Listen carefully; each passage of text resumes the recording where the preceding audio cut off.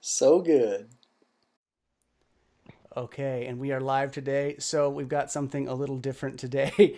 This is lifestyle medicine, but the guest today is in fact me, and this was not technically my idea. This was my dear friend Kai's idea here. So Kai had reached out to me. You had watched David's episode last week, correct? That was the one that you had checked out. So Kai hit me up and he's like, "Hey man, I was really inspired by the episode, but I would like to turn the tables on you and interview you on your show as a guest host." And I laughed at the idea at first, and then I couldn't. I actually didn't have guests, so it actually works out quite nice. Yeah, I'm so excited. This is so much fun, man. It's really like you're so inspired me to start my own podcast, and so this is just my way to get back at you, buddy. For sure. No, I will take it, and it's it's welcome. So, yeah, man, I'm going to turn the tables over to you, and you are now technically the The host. host of lifestyle medicine for today. All right. Well, you don't have to answer any questions you don't want to. So I've got definitely got some curveballs in here. All right, sounds good. All right. Well, so the first thing I just want to jump into is tell us a little bit about your path to the medicine. Path to the medicine. Oh boy, it like a lot of people, it started inadvertently. So I started the whole path through martial arts. That was my first exposure. I started studying Kuksul Do in Chico, California during my college years. I had always wanted to train formally. I had trained informally with my dad. He was a big Shotokan guy. And then I started studying formally at about, I think 20 technically is when I started. And so I started there and fell in love with the art. And my teacher, Chuck Duran, what an amazing, to this day, still one of the best teachers I think ever that I've come across. And when I started that, I loved the martial arts. I loved moving, but I had not made the connection that they were linked, that martial arts and medicine and Chinese medicine or any of these things had any kind of ties. I thought that was a completely separate entity and field. And when I was testing for my black belt at about the 4 or 5 year mark in Kuksul, I was sparring in the headquarters school in San Jose, and big guy, big Russian guy, and we clacked ankles really hard at one point during the sparring match, and I thought I broke my ankle. I've never broken a bone, but I thought, pretty sure I broke it. So Like malleolus to malleolus, or like yeah, the top of the totally, ankle, or exactly the medial, so, medial to oh medial, the wow, inside ankle to okay. inside ankle. We both threw a kick, and we both caught each other, and we both fell. Like it was immediately both of us were like ah, and everyone stopped, and they thought, oh boy, like someone might be really injured. Luckily, neither one of us were, but I thought I had broken. I couldn't move my ankle, and it was stiff. And when that happened, the Grand Master Chun Shik Yang, who's from Korea, who's old school, man. He's just hard style Korean. Like he's just very very rough guy, but also very nice. But he walked over to me. And he's like, "Boy, pick up your put your leg up here." And he called me boy. It was hilarious, but put me up, and he put in acupuncture needles, and he had an acupuncture needle in my left wrist. He had one in my left thigh, one in my right arm somewhere, but he never touched my ankle. And I remember thinking, I've never had acupuncture, but what the hell is he doing?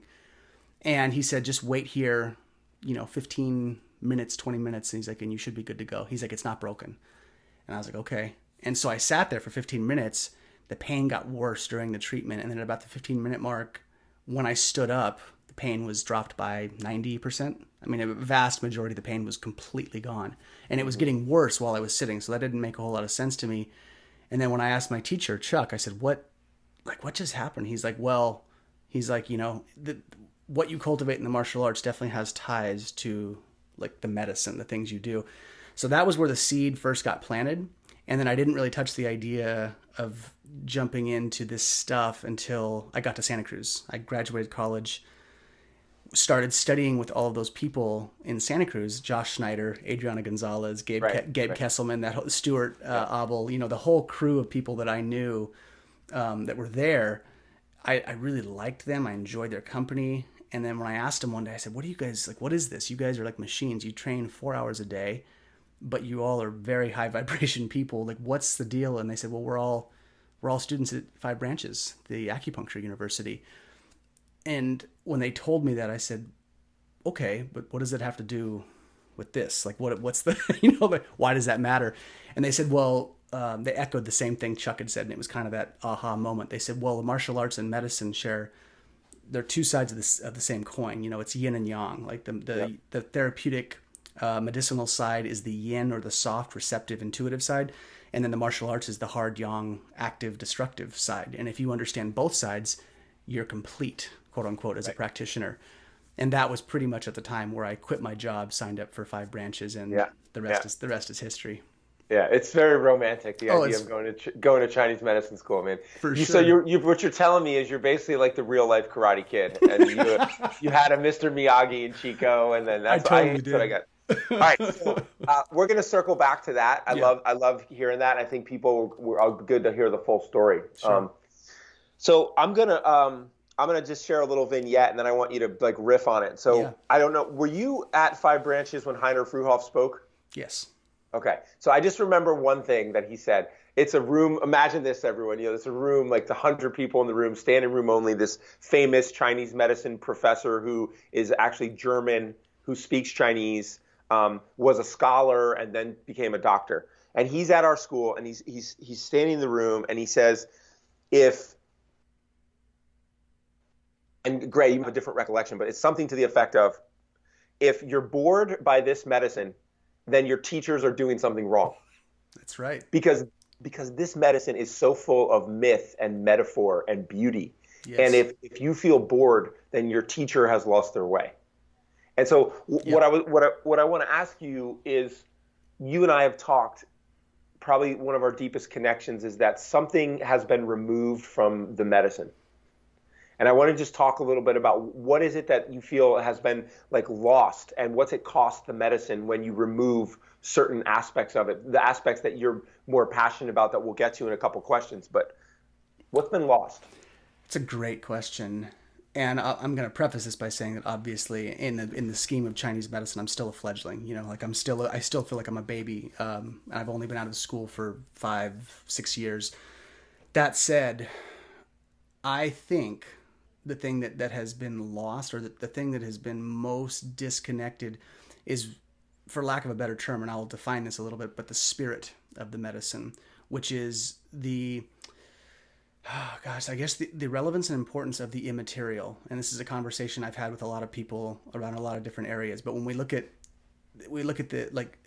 reality, we have matter and energy. And I think the energy, which is emotion, the things that we cannot put into a box, like where are emotions? Where are these immaterial things that we experience and feel, and that are a part of life and we live life from, but we cannot grip and get a hold on. We can't put it into a box. And I think with Chinese medicine, I think it's become, at least at the mainstream level, there are classical guys like Heiner Fruhoff and Jeffrey Yuen and people that are doing it. But I think at the mainstream level, which is what happens with this kind of stuff, is that it's become a little mechanistic, which is what you and I talked about in school, which was the cookbook Chinese medicine, where it's point prescriptions, which for me was always the antithesis to artistically crafting a therapeutic plan for someone. Not that point prescriptions don't work or that they don't have merit. I think they really do. But that was the only way we were taught to get through the test, which was, this person has this syndrome, you push these buttons to make that syndrome go down. But there was no elegance in terms of the larger components that may be at play with this. I think it was like that we would talk about it. There was pathology for sure. Like, there's heat, there's cold, there's dampness, there's dryness.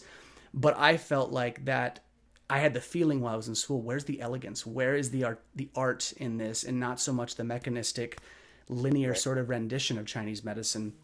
I was really, I struggled with that, and I know you did too, but I think that's been the piece that's missing. And I think when I met people like Heiner Fruhoff, I started to see when they were talking about, they're like 12 constellations, and it relates to these 12 specific vertebrae in the spine. There were so many larger macro cycles that classical Chinese medicine was able to make connections to, where organs relate to constellations, or vertebrae relate to constellations, or these parts of our body that relate to the natural world. And I feel like a lot of that stuff is lost. We're kind of taught like these herbs are good for, to thin the blood for cholesterol problems. It felt like it had become kind of westernized Eastern medicine. And I think for me, that's the kind of the piece that's been lost so far. I mean, there's more to it than that, but I think that's the big one that I always struggled with.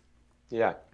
Yeah. And what I think is, well, first of all, what I love about the medicine is like I had a professor before I transferred into 5 branches, and he would straight up say, look, this medicine can be practiced in a super mystical, esoteric way. And he said, I'm just telling you right now, I'm a piss and shit doctor. Like, I want to know, what does your pee look like? I want to know what your poop looks like. I want to see your tongue. That's all I care about. But he said, don't think that that's the limitation of the medicine. That's my choice to practice that way.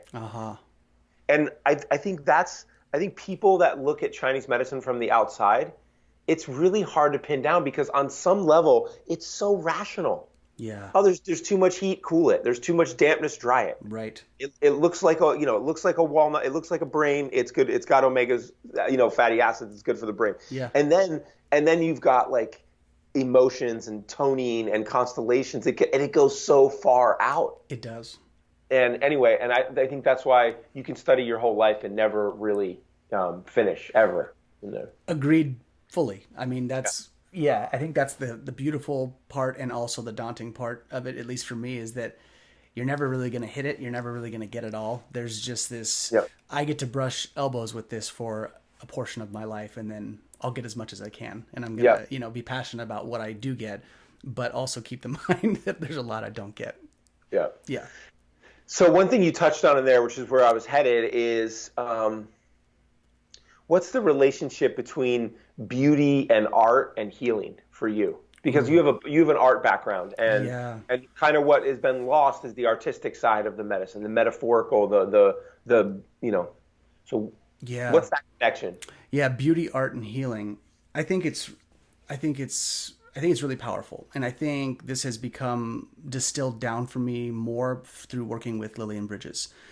Lillian Bridges, for the people listening, if you guys haven't heard me talk about her, she's my face reading teacher, and she's amazing, and it's a whole branch of Chinese medicine. And one of the points that she brought home to me, and she said, food nourishes the body. It nourishes the jing and also the qi of the body.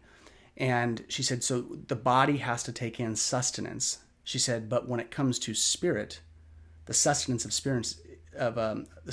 spirit isn't food, it's beauty. Beauty is the sustenance or the caloric intake for the spirit. So the immaterial thing that the stuff we can't see, we can't measure, is actually nourished and uplifted by beauty. Mm-hmm. And I think when that hit me, beauty is soul food, quite literally. Like that's what it does. So I think for me, there's always been a question and also sort of a striving for it. Once we've realized this, we have the body, we have energy, and then we have spirit, right? Jing, Qi, Shen. And you can approach the medicine from all these different layers. Some people are really in the Jing spectrum. Some people are sort of in the energetic breath Qi spectrum. And I think for me, my natural gravitation has been towards that immaterial piece to a degree. I like that, the idea of spirit and cultivating spirit. So I think in the inclusion of beauty in like Feng Shui, when we study Tai Chi, if it's done right, it's beautiful. I mean, no one would argue that watching Tai Chi in motion is beautiful. It's not ugly when it's done right. It's really, really pretty. And so I think that does something to us. And I think when it moves us and it gets us fired up and we feel that passion and that feeling that can't be measured, that's just felt. It's that temporal thing where an emotion comes through. I think that's I think it's really important. I think that's sort of what inspires and keeps the passion alive. And I think discipline actually is kind of a byproduct of that, because I've had people say to me, oh, Gray, you're so disciplined in this one area. And I said, well, I really enjoy it though. So it's not really, people have this association that you're doing something, and sometimes it is that, right? You have to do something you don't like, but when people see discipline in me in these certain areas, I said, it's because I enjoy it. There's a beauty to it. There's an elegance of spirit that really calls to me, and then I'm stoked and it becomes easy.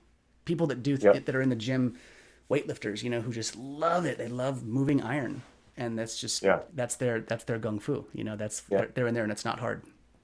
Yeah, that's definitely something that I've been playing with. Is with my clients and with myself, is like being motivated by the pleasure of something rather than the pain of not doing it. Like as I get older, And, for a long time, like I picked my first Tai Chi teacher not because I thought his form was beautiful, but because he was a beautiful person. He was a kind, Mm, humble person.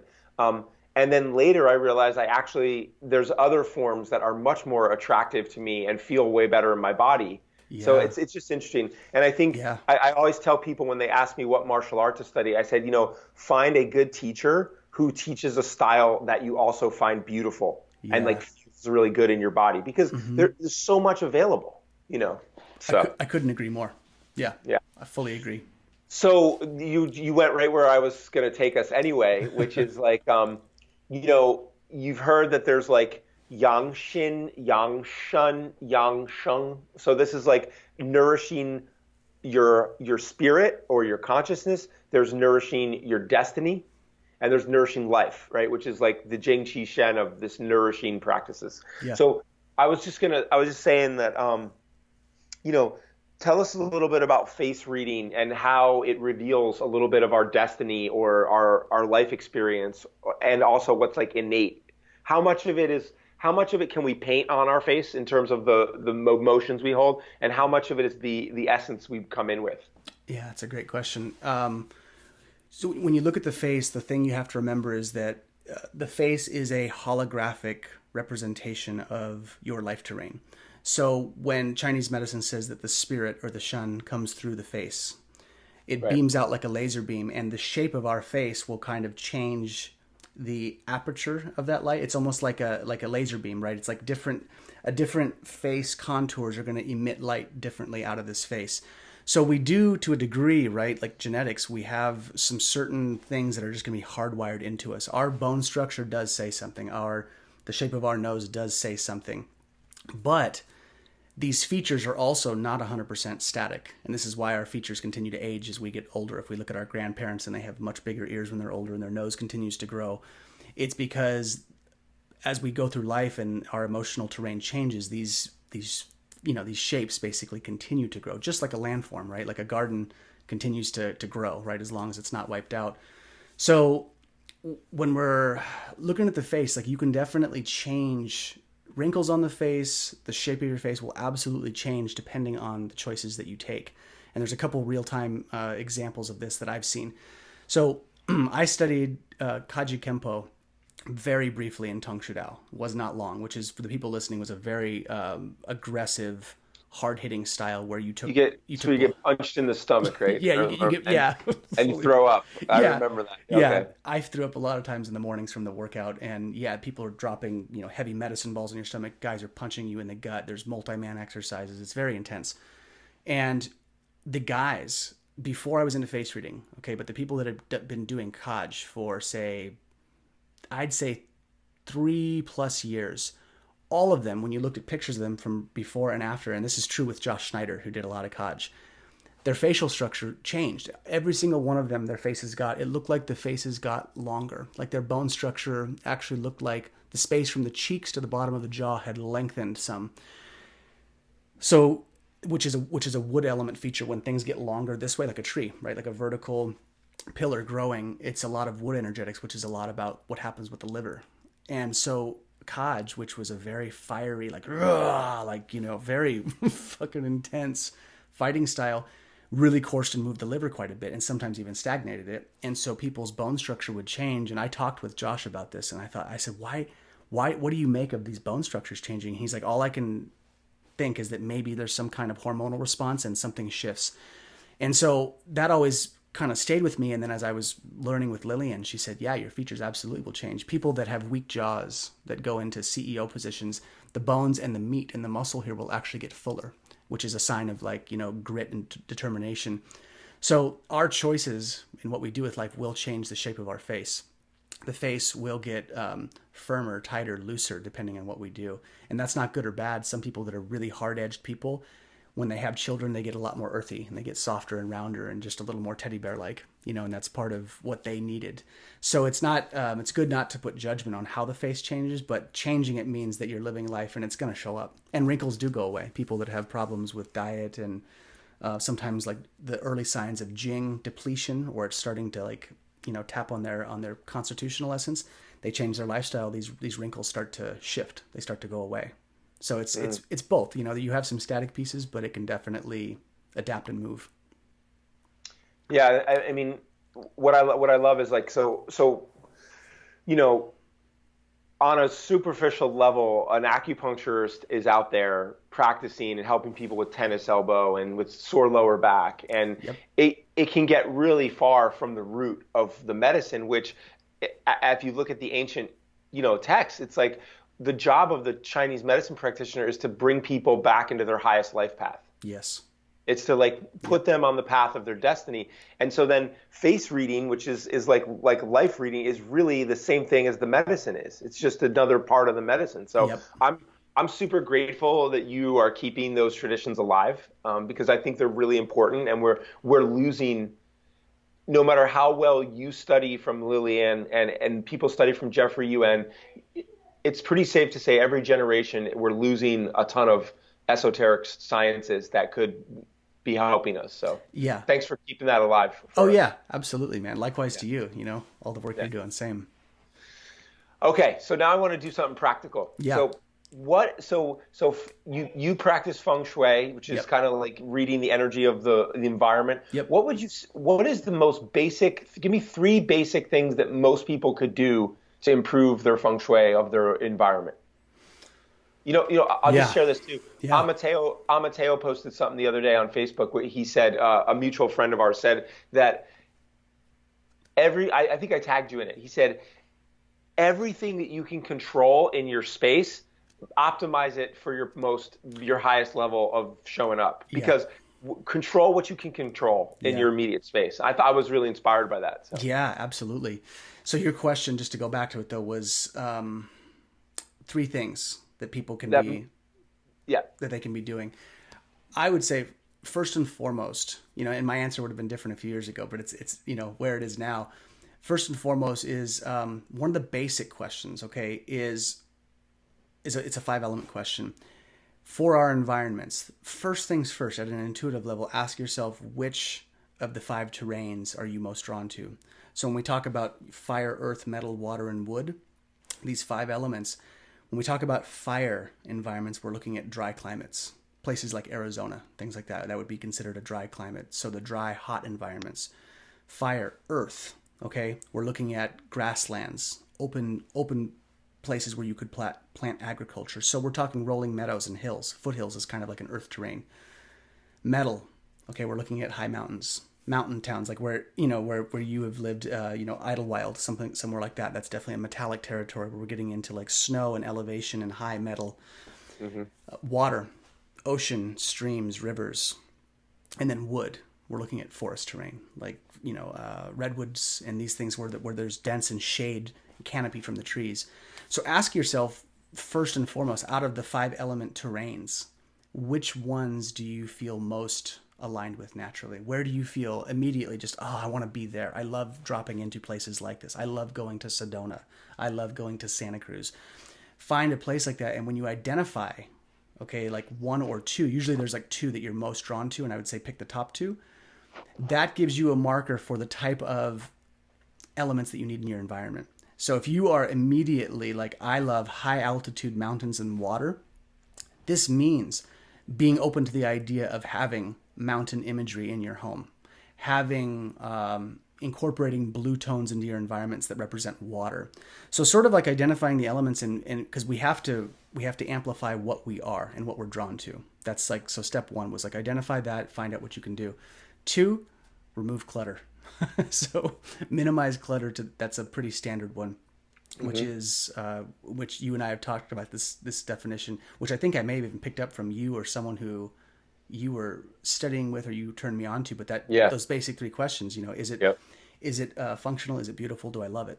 Yep. If you say no to 2 out of those 3, it's clutter. If you say yes, that it's functional and it's beautiful. Dude, that was Marie Kondo before Marie Kondo was famous. It wasn't from her; it was from someone else. But it was the same idea. Fully. Does it spark joy? Yes. Like such a.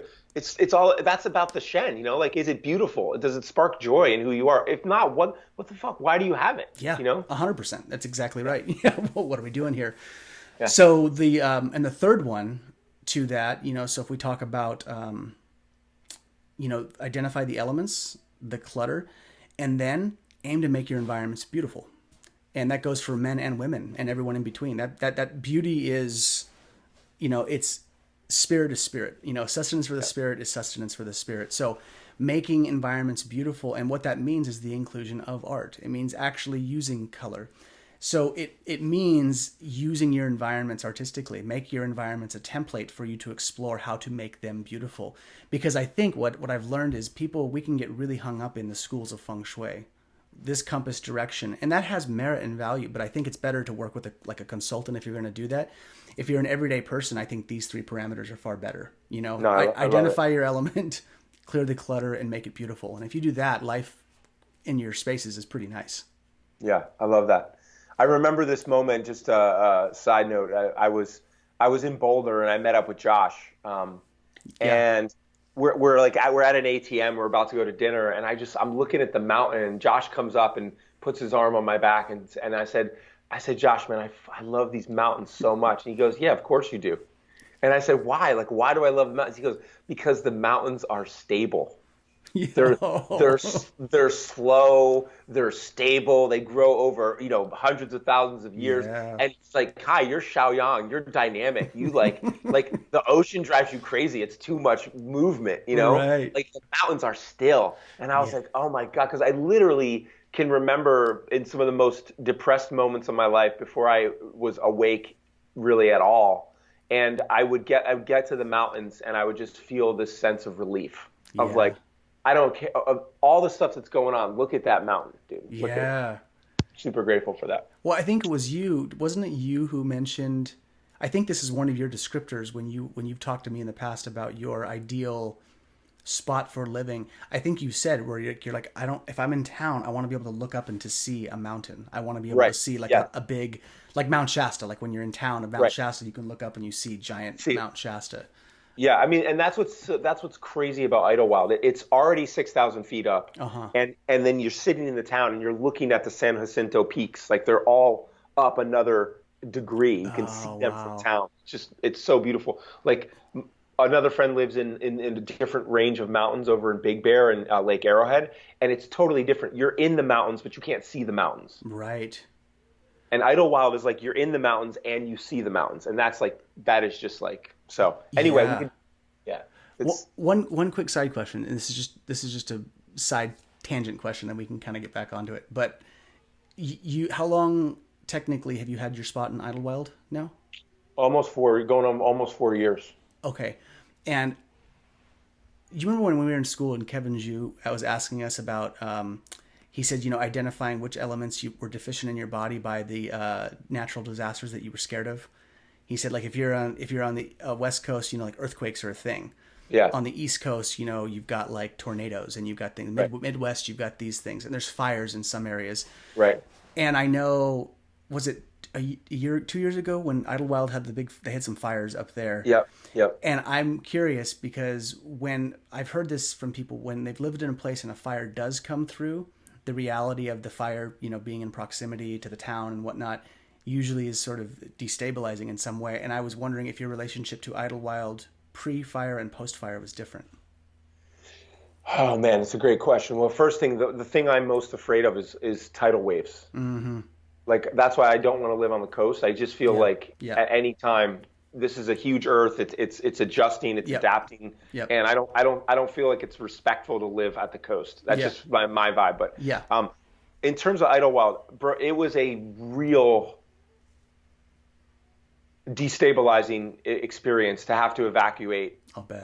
The fire was super close to my house. In the main part of Idlewild, it's crazy. Something like 40-some thousand acres burned. Wow. But the four houses that burned were all like less than a mile from my house. It was all right there. Anyway, it's taken me a long time. And that sacred spot that I would go to practice and do ceremony, that got burned. That's where the fire stopped. Wow.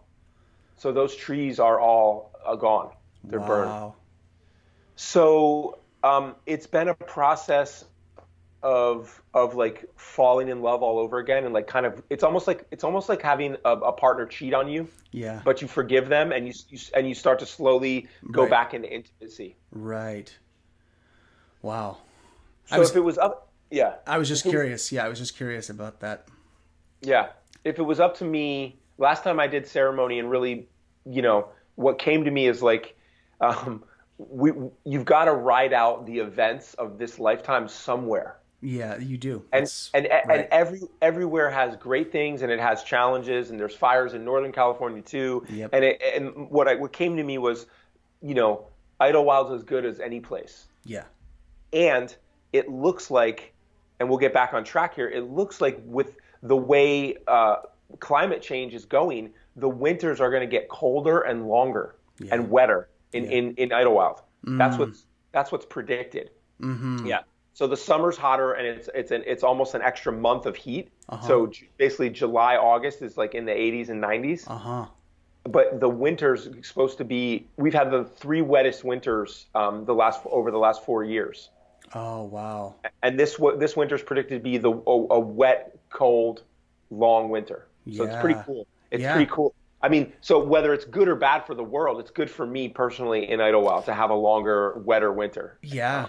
You know, Yeah. as a just addition to this, Sacramento this summer was abnormally cool, which is not typical. Sacramento's really hot. Like it's always we get usually a couple weeks. It's days, 14 days or 15 days spread out of 106, 108, 109, and it just didn't happen this summer. We had a couple of days, and collectively it's cooler, and it's just getting cooler faster here. It's very weird. Yeah. But you can It tell is. something is afoot. Something's changed. Yeah. Well, one last thing, Greg Braden was in an interview on London Real, this interview show, and he was talking about both the scientific perspective and the indigenous perspective, and both of them say climate change is happening and it's natural. Yeah. Yes, man can influence it, but not in a huge way. Yeah. Like it's already happening, and he's not saying to ignore it. He is, he was saying like Yeah. we need to get into renewable energy while we Yes. still have oil left to transfer to the technology. Mm-hmm. You know what I mean? Like we need our fossil fuels to establish renewable energy because everything works on fossil fuels right now. Yes. So he's saying use the remaining fossil fuels to get off of fossil fuels, right? Right. And just instead of fighting global warming, prepare for global warming. Like climate change is going to happen. Where do we want to live? How do we want to be living? How do we want to relate ourselves to it? Yeah. That's what he was. It's a really good one if you want to check it out. No, that's great. That's great. And I would agree with that whole sentiment because I think they've done those studies of just even what they found in the ice from 25,000 years ago that Right, they find these periods where Yep. there wasn't a coal industry back then, and the planet warmed up something fierce. So there's some larger cycles that I think people, I don't know. A lot of people don't buy that though. They're like, no, it's just all us. And I'm like, well, I disagree. But I anyway. mean, it's a big topic. I mean, another one is also like, the ability of humans to affect the weather through prayer, through intention, Fully. through biodynamic agriculture, like certain agricultural practices can call rain to certain areas. It's like terraforming, basically. Yeah. There's a level of ability that we have to naturally influence the weather on this planet in a positive way. So anyway, okay. Love it. So, all right. So next thing I want to turn to is, for a long time, I only practiced Qigong and I only practiced healing forms. And you were one of the first people in my life that said, hey, I don't care what martial art you do. I mean, I had done Tai Chi. I had done Tai Chi as well. But I never really trained a more yang martial art. And you were the first person to say, Kai, I don't care where you go or who you get it from, but it would be super valuable for your masculinity, for your decisiveness to train in some martial art. And I did. And I'm grateful to you for that. Yeah. And when I look back, so I wanted to ask you, when someone just practices Qigong as healing forms, like Spring Forest or Supreme Science or whatever it is, what is lost when they don't do a martial art, or what's added when they take on a martial practice in addition to the healing practice? Yeah. you asked it well, because there is something lost, and then when they do add it, there is something gained fully. And I think when we met, I had sort of accepted what I think is a reasonable truth, that what you just said is accurate. I had gone through that because I was a lot like you, especially in my early training days. When I was studying a martial art, I was in that mindset. So if that makes sense, I was studying Kuk Sul Do, and I had this idealistic thing in my mind where I was like, I just want to do the forms, but I don't want to really focus on the application of hurting people. And I stayed with that, and just to give context to this, it started to bite me in the ass. I started to see just very real discrepancies in how I was moving, for one, and then if I was put into a real-time sparring application, my timing, everything was off, because I wasn't adhering to the reality of what's required to defend oneself. So I think what's lost is that the thing that we forget is that when you study therapeutic healing arts, like you have Qigong on one end of the spectrum, right? You have on this side the healing restorative aspect of the arts. And then as you move that spectrum up and cross over into this other side, we move into the yang destructive application of explosiveness. And there's a spot in martial arts that's fully destructive. And you've got this restorative and destructive thing that's happening. And if the common ground that these two things share in the middle are these biomechanical alignments, that there's a certain structure that the body holds. So if you're practicing for health, you're still going to adhere to these biomechanical alignments that are in the middle. And if you're going to do martial arts, you still have to adhere to these biomechanical alignments. And so the middle ground, I always say, are the alignments. It's the structure. A knee goes over this angle in any capacity, whether you're weightlifting or just doing Tai Chi, is not going to be as good for the joint if you adhere to this idea. So I think it's sort of like, if you're only doing the healing side, you can still have like good structure, and you can still have healing application, but you're also you're missing a spectrum of expression. If you want to go through and put your body through the gamut of exploration for true polarity health, which is what yin yang is about, hard and soft, if you don't touch both, you're only playing with half of the spectrum. And not to say that you can't spend most of your life in that spectrum, but for well-roundedness in terms of just life and understanding, right? Life isn't all hard and it's not all soft. It's not all male and it's not all female. It's not always daytime. We have night and day. So I think it's when we touch the martial arts, for one, we get the full yin-yang exposure and understanding, because when we train martial arts, there is something that happens in terms of the mindset, the speed and the reaction time that has to be present, that isn't present often in Qigong. Qigong, you can be totally introspective with your eyes closed and moving your arms and tuning into really subtle energetics, and that's really important. It's a really valuable skill. But in the context of martial arts, when you're moving and bouncing, the reaction time is way faster, and it puts you into a spot where you have to adapt and react to the foundational things you've put into your body. It makes you play with them in a completely new way. And it also takes out a lot of the fluff of like, oh, if I just intend with my energy to hold this while someone's pushing, that I'll be fine. And it's like, yeah, that's part of it. But if your hips, ankles, and knees don't line up to withstand that force, you're going to tip over. So it cuts that out very quickly too. Yeah. There's a lot of structure that we can hold in Qigong. And I think actually, like, people they don't understand, or they misinterpret the translations too, where you can hold a posture and do all these things, and if you come up and just put a little bit of pressure, the structure falls over. And so the Qigong that I always like, and when people approach it from that way, is there some kind of muscle testing to the process? When you stand, if I come push on you, even if it's lightly, do you immediately tip? Does the body inherently have some kind of structure? And I think the martial art exploration facilitates that, something fierce. So if you don't touch that, I think you miss out on a whole spectrum and speed and adaptability that can be really good for you. Yeah. And so, that's what's lost. And when you add the martial arts, you get all that stuff. You get the exposure. And I think the mindset's very different. I think the mindset is fully, one of the things Tim Cartmel has said that was really simple. He's driven home some of these themes for me, but he said, before you get into if you're going to get into a physical confrontation, one of the things he said, the first things you do is you bring the weight to the balls of your feet.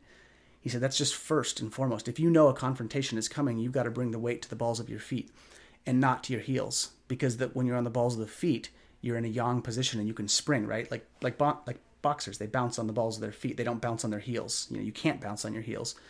He said, so before anything even happens, your mind has to be in the right spot just to start the confrontation. You've got to be in that right state of mind. And he says, and how you do that is just, bringing the weight to the balls of your feet.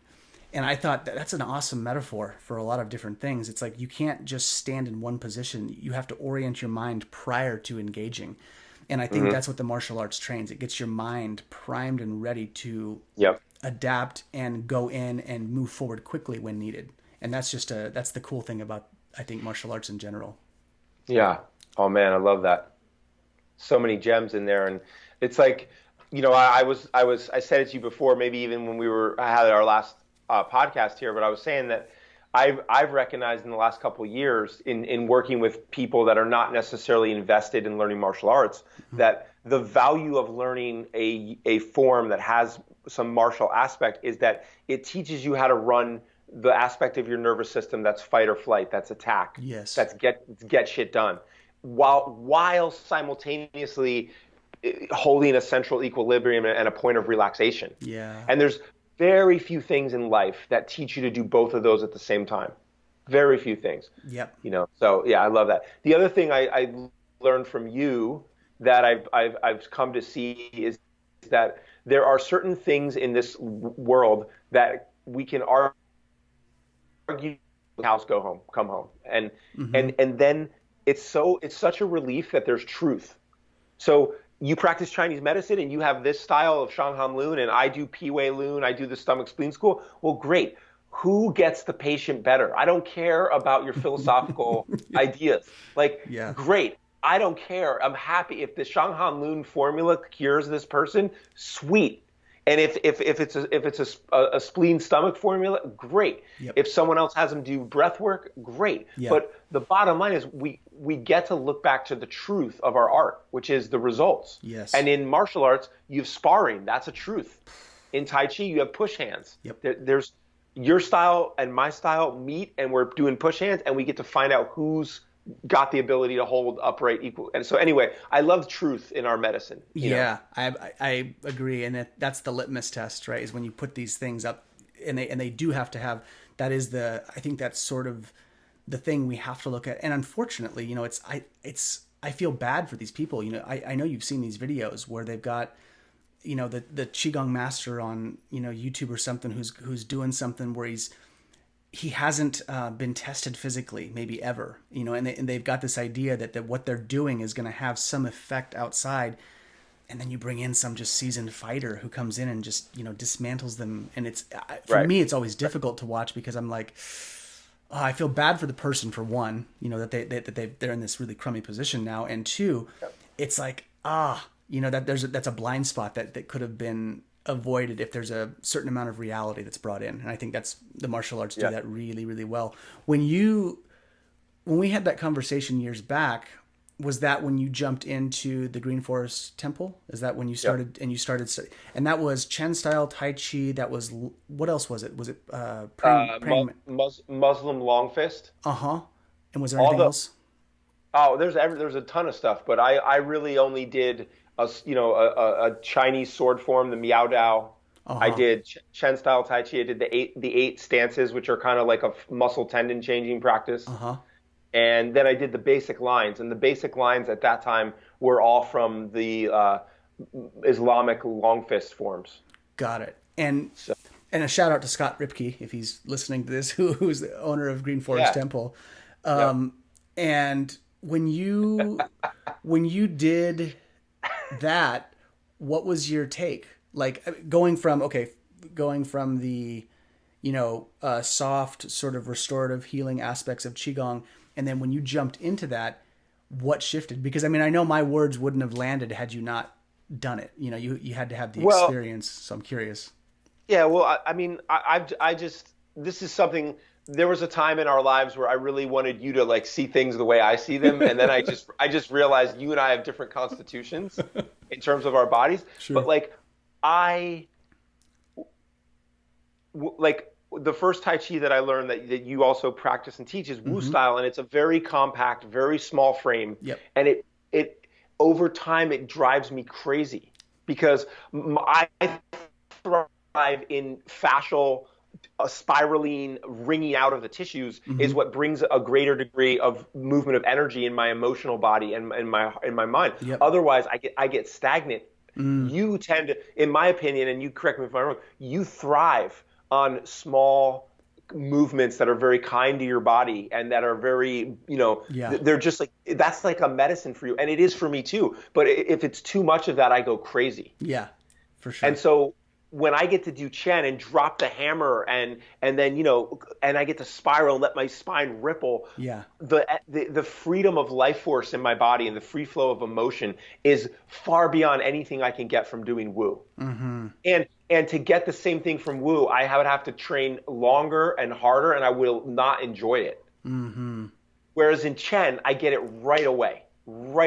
Yeah. I start to feel blood flow, and I can go as slow as I want, and then I can go fast. So for me, I need that ability to go yang and then go back to yin. And Wu is like all yin, even though it's so powerful. Totally. It's great.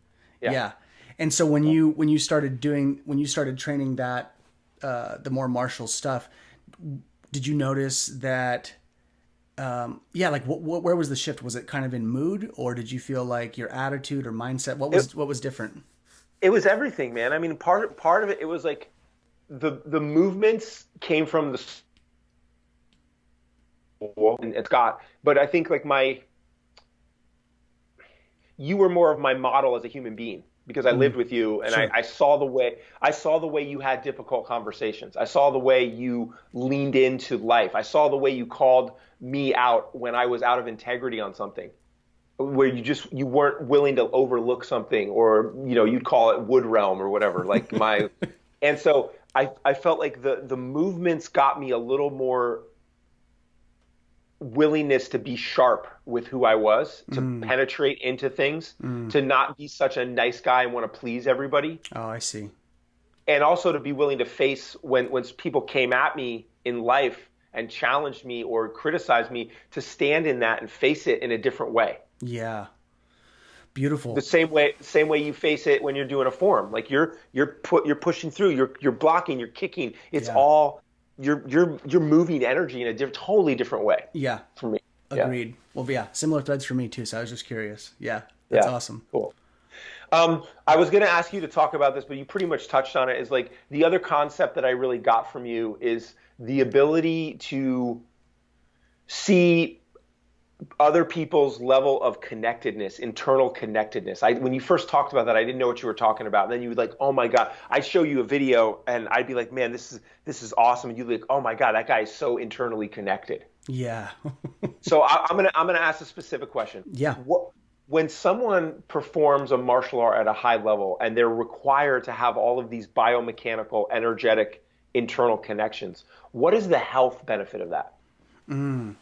Well, the alignments that give you physical strength are the same ones that are gonna.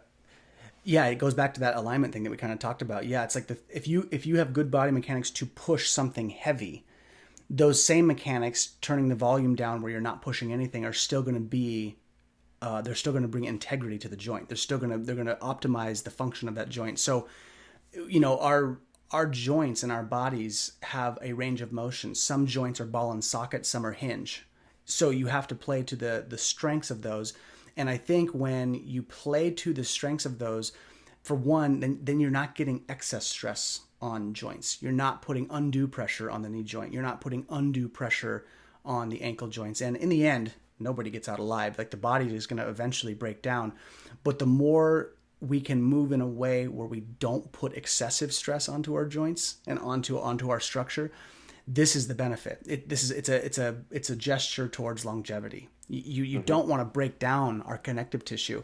When you look at the Wudong styles and these guys, the muscle tendon changing exercises, it's to lengthen and stretch the connective tissue. It's to make the connective tissue through the hand and through the limbs very elastic.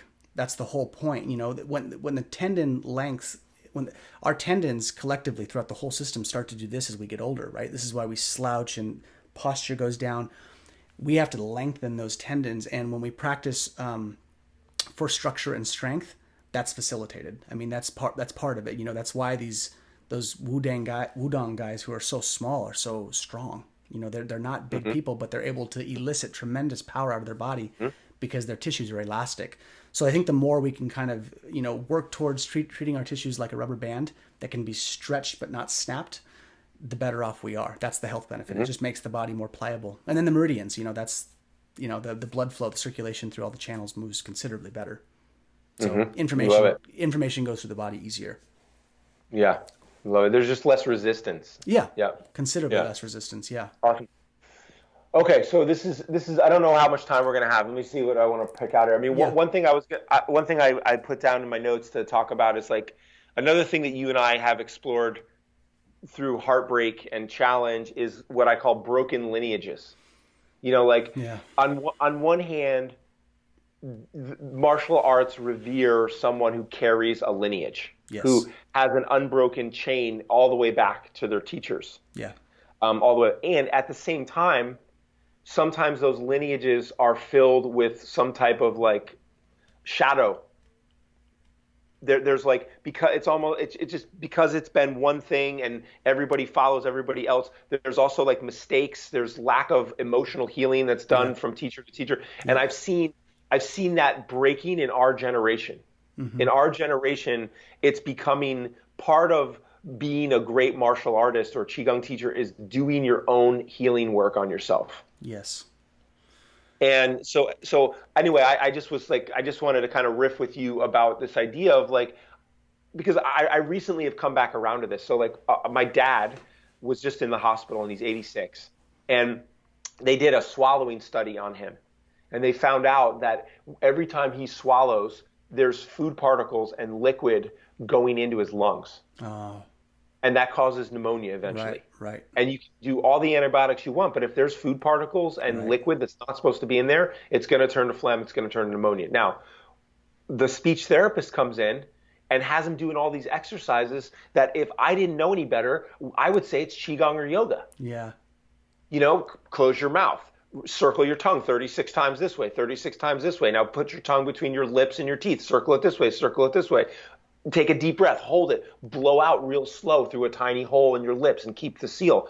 I'm like, oh my God. So on one hand, I thought to myself, for people like my father and people out there that aren't going to study martial arts for their whole life, it would be really useful if there were like a simple form that stretched every fascial line, that worked your tongue and the base of the tongue to keep your swallowing going, you know, all that stuff. It would prevent so much suffering to have something like that out there, you know. 100%. That's where the lineage comes in handy, because that stuff's been tested for thousands of years and it's complete. Yes. Like they get how to make a complete system. So anyway, do you think lineages are doing more harm or more good right now? I think it's relative. I really do. Like most things in life, I think lineages are instrumental in the sense that without lineages, we wouldn't be studying Chinese medicine right now. As chopped up as it is and as diluted as it may be, or not as ideal or as perfect as we would like it to be, I think that lineages are absolutely critical for the information to be passed down. I think we're at a really funny juncture right now in human history where technology has made everything, there's so much information accessible that it's made the mind a little frenetic. We can constantly be mentally masturbated by anything we want at any second. We can, right now, if I was, you know, wanting to, I could cross fact check something you just said on my phone, and I could just go into my little world and just start pulling up YouTube videos and whatever. So I think lineages were really critical, especially in the analog era before the digital era. That was the technology. It was an oral technology that we essentially just kept passing on. So it was really instrumental in getting the information here and now. And now that it's here and the technology era is here, I think there's a really strong divide because we don't know how to bridge the two yet. And I personally think, like human beings in general, I think in an ideal world, if I could wave a wand, I would say spirituality and technology should never supersede one another. They should move together. Like, and I think fundamentally we're just all technology, and spirituality, like true understanding of self and relationship to plant medicines like ayahuasca and these kinds of things are fully just they're lower. We've just got all this tech that we're doing. So in the context of this lineage question, I think lineages are like really important to get information here, and they've gotten it here. But nowadays, I think it's going to change because we have so much technology. The information is going to spread so much faster. And with that, the arts have to adapt. I think that like they have to. Like that's kind of what it boils down to. I think lineage is good and bad because it can be overly dogmatic. You know this. I know this. We can study stuff right now and people are like, it might be a living tradition, but they're like, you've got to spend, 15 years doing it this way to really get it. And I hear that, and that might be true fully. And I also am hearing that and saying, well, there's a stronger likelihood that tradition is going to die too if we if we only lead with that. So then it kind of comes down to how do we, not innovate, but like how do we extract simpler concepts from that thing and make it more accessible? And I think it is possible. I just think we haven't spent time really formulating how to do that. And I think that's kind of where you and I find ourselves, and with some of this stuff, because there's like, boy, I've got a little girl. Some people have 2 or 3 kids, and it's like I'm not going to a mountain. My mountain is that little girl, So I've got to stay here and access it another way. Yeah. I feel you on that. That's something that I feel in my because I've gotten a little bit away from my true life purpose, which I know that I'm a librarian. I my parts. My job on this planet is to keep Taoist practices alive, so that when they're needed, they're still available to humanity. Yeah.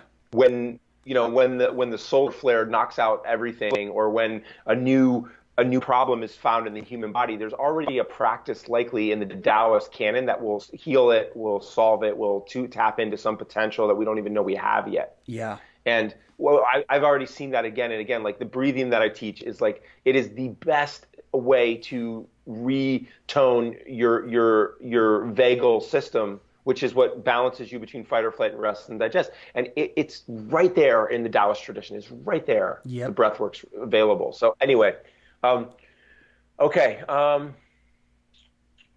Wow. Let's see. How much time do you think we got left, Gray? We got about 15 minutes. We start to wrap. We got 15 minutes. Yeah, 15. Solid 15. Okay. Cool. If you could only practice one exercise, if you could only practice one, we've had this debate before. If you could only eat one style of food for the rest of your life, what? And no, you're saying you could pick Bikram. You could pick whatever you want. But you could only do one. And so you're not saying like one exercise. You're like saying one system, right? Like one martial art. One system, right? Yeah, exactly. Boy, that's a loaded question. That's a tough one for me. Oh man, it's so hard for me to answer. I'll say this. I would say Bagua. And it's the one I have. It's the one I have the least experience with, technically. But what I can say is this, and that's hard for me to say that I would choose Bagua. So for me, that's kind of like an internal knowing to a degree. Xingyi is amazing, and I love Xingyi. I love it. I mean, it's amazing, and it's so damn important for straight line building, structure, power. Such an amazing fighting art too. Love it. Tai Chi. Absolutely 100% love it. I teach it. I mean, I'm deeply passionate about it. And I still have an internal fire for understanding Bagua and the practice of Bagua, because when I've touched Bagua and I get an exercise within the spectrum of Bagua and I do it quote unquote right or closer to right, the therapeutic relief that my body gets is faster than what I get from Xingyi, and it's faster than what I get from Tai Chi. Both are tremendously therapeutic. But even in my limited exposure, with just a little bit of Bagua, I'm like, damn, if I really was able to, train with somebody who was really fully fledged in this system, I think that would be my go-to, And I think so people listening that are Bagua that don't know what Bagua is, it's a martial art an internal martial art characterized by circle walking and spiraling movements, essentially. So twisting of the torso, twisting of the limbs, twisting of the tissues. I mean, it's really, all the internal arts are predicated on spirals coming from the inside out, but Bagua really exemplifies it, and it's beautiful. And it's got all that stuff built into it, the I Ching energetics and all of that cool, amazing stuff. Yeah, it's a bottomless pit, dude. It's amazing. Yeah, it is. It's absolutely bottomless. Okay, that's awesome. All right, so the next thing is, I was talking about one of the things that I love about my life, and I think you have this in your life, is like most people out there, when they go to practice something, they turn on a video or they put their headphones in, they're listening to a guided meditation or a guided practice, or they go to a class. Yeah. And they rarely, if ever, do they just practice from their own internal guidance of like, okay, I have all these forms in me, and I'm just gonna go to the practice space, and I'm just gonna let what wants to come through me in terms of what I need right now. Mm-hmm. And I just wanted to ask you, like, what's your experience of following a predetermined form versus just letting your body guide you into whatever movements feel right? Like you might do some shingy fire punching or whatever those are, and then you might move into an exercise from something else. Like, do you ever allow yourself to practice in more of a spontaneous fashion? And if so, what's the value in that? Yeah, I call it spontaneous movement, and I'm sure that's not an original term. I think there are probably other people that have used it, but absolutely, I think in the end, that's the beauty of approaching the martial arts from a principle-based approach as opposed to a form-based approach. I think principle is way more adaptable and I think actually more aligned with truth. So I think in the end, the foundational exercises of sticking to a structured form or to build a mechanic into your body, and then once you can feel that mechanic, I think it behooves you absolutely to make it spontaneous, make it dynamic, switch gears. Because, I mean, if you're, again, this kind of goes back to the whole point of why martial arts are important. In real time, if you're in real actual conflict, emotional or physical with somebody, it's a highly adaptable, quick moving kind of thing. You've got to be on your toes and you have to be able to adapt the movement. So I think it's better, in my estimation, to fully explore spontaneous movement fully, but maintaining principle. Don't break down the spontaneous movement to where it compromises joint function or it can hurt your body, because that could happen in a fight because you're in a fight. So there's no need to like make that more of a possibility. So I think as long as you approach from principle, but it's absolutely important, and I think it's good for your mind too, because the mind isn't linear. We can think in a linear way, but for the most part, the mind is just this one big antenna. So I think when you let things be abstract, a little more formless, a little more spontaneous, I think it's absolutely critical. And I think it's therapeutic too. I think that's where you can get into like the shamanic or therapeutic side of the arts too, when you just let your body unwind like it does in cranial sacral therapy or whatever. Yeah. Tremendously cool. Tremendously important. Cool. Okay, so this is gonna be my last question. If we have more time, I have a couple more, but this is the one I want to make sure I get in. Sure. All right, so Gray, I want you to imagine, Gray, that you're coming near the end of your life, and you have left everything you wanted to accomplish. You've accomplished. You've written the books. You've made the documentaries. You've made the learning courses. You've done everything you've done, and you're just laying there and you're getting ready to make a conscious transition. Mm-hmm. Your daughter's okay. Everything's good, and just get yourself in that mindset for a second. Okay. And coming into the room is someone you love deeply and care about you, and they look a little bit disturbed, and they say, Gray, I'm really sorry, but something happened, and all of your books, all of your material has been destroyed. It's gone. And because you're so recognized, we've got a film crew right now, and we've got like 5 minutes for you to give a final transmission. Like what is the wisdom you want to leave people with on this planet? So we got a minute or two to summarize the core elements of what you want to leave for Teal and for humanity to learn from your wisdom. What would you tell people? Why didn't you just ask me something hard, Kai? Oh man, Jesus Christ. That's a hell of a question. That is a hell of a It's question. supposed to be fun. It's Yeah, supposed to be a fun totally. question, right? Not No, supposed to be hard. it's a great question. Let me think about that. Boy, I would say our greatest currency is the company we keep. So that would be the first thing. Is that I think Okay. I think that would be like the first line. It's like all my stuff was lost. I know for a fact I would still feel very rich in spirit given the connections I have with people. So, and I think I would tell my people in that minute and say, look, your greatest currency is pretty much the love and friendship you have with people. Like that's number one, because I think ultimately that's what moves the spirit of people, and that's what leaves the mark. And in that sense, I think if we do that well, we all have a little bit of that, what they would call the immortal energy is present, because it's always there. We leave the mark. And I think that's the imprint. I think it's personally, I think it's our good deeds. I mean, I think it's the quality of character is what leaves the impression for people. They're like, damn, that guy was a good guy. Yeah, he was a good cook, and yeah, he could do these things, but it's like he was a good person, or she was a good person. I think that's the mark. So I think I would feel, I'd definitely be like, bummer, and I'd probably take a shot of whiskey before I exited and be like, well, c'est la vie, like I didn't, my books are gone. But I would feel pretty confident in telling people that it wouldn't matter as much as if I had made the good marks on people. If I made the good marks on people and had the friendship, the bond, and the laughter, like that's the currency I feel like I'll be able to take with me anyway. Like that's the stuff that will have fueled me and made me happy. So I think that, and to keep things simple. God, keep simple wins out most everywhere in life. I think simple in movement. I think simple in, cooking. I think simplicity in friendships. When it's not too complicated, when I've said this, when I can meet someone shallow and deep in the same conversation, where you and I can go fully deep in a hangout and we can go fully shallow into midget and fart jokes, and it's all perfect under the sun. It's like that's, keep it simple. We don't have to complicate it or make it one way. So I think simplicity, and then, valuing your currency with people, I think the best. I think that's the mark that will leave like the greatest mark, and people will remember you for that. And hopefully some of, what I had would be transmitted through that. I love that, man. That's like my favorite question to ask people. So that was great. Yeah. It's a tough one.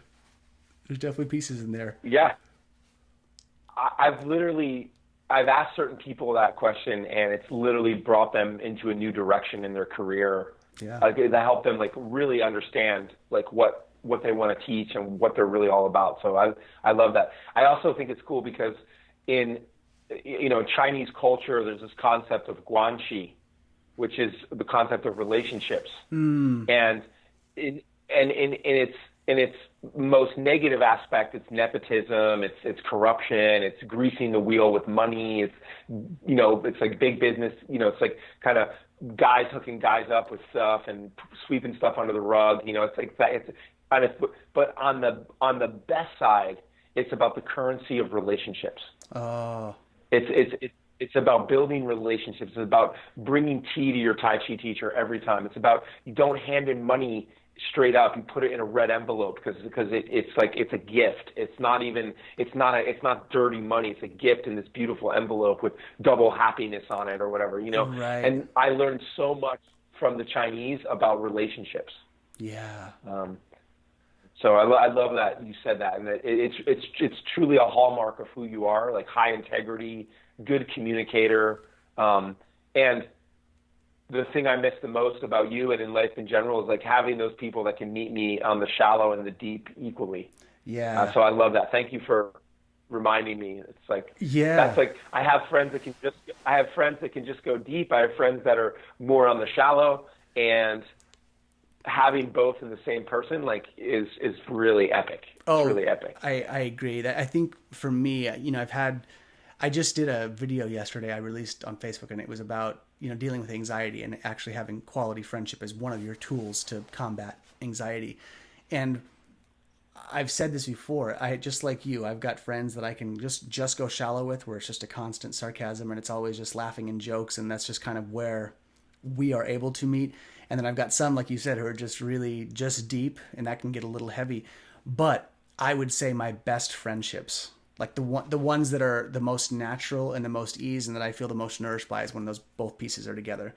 We can just fully, we can poke fun at each other a little bit, but then we can drop in about something we're struggling with, or like some higher universe reality that we're contemplating, that we're like, what do you think about this? What do you think about, the Area 51 aliens and, Bob Lazar and like what the hell is happening over there?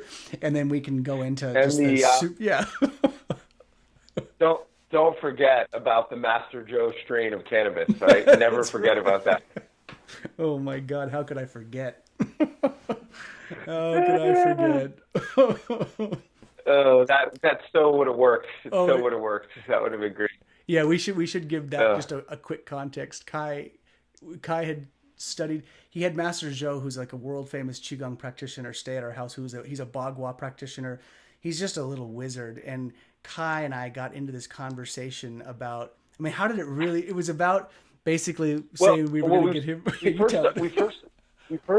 We first started talking about how when you grow cannabis indoors, it's really susceptible to the energy of the person growing it, which is usually paranoia. Right. Because they don't want to get caught. They're growing in a garage. It's artificial light. And so we were just saying that when we used cannabis that came from outdoor growing, it was a completely different experience of medicine than the paranoia of like the trapped cannabis. That's right. Yeah. And so we went from that and we said, oh my God, what if we gave Master Joe a little plant, a cannabis plant, and had him walk bagua around it? Oh, and he totally. Just zapped it with all of his happy energy, all of his bagua, and then we just kept, every month we'd come and put a new plant. You just rotate a plant. Master Joe, you're walk around this one today. He'd be doing his thing. And, right. Put your that would be that.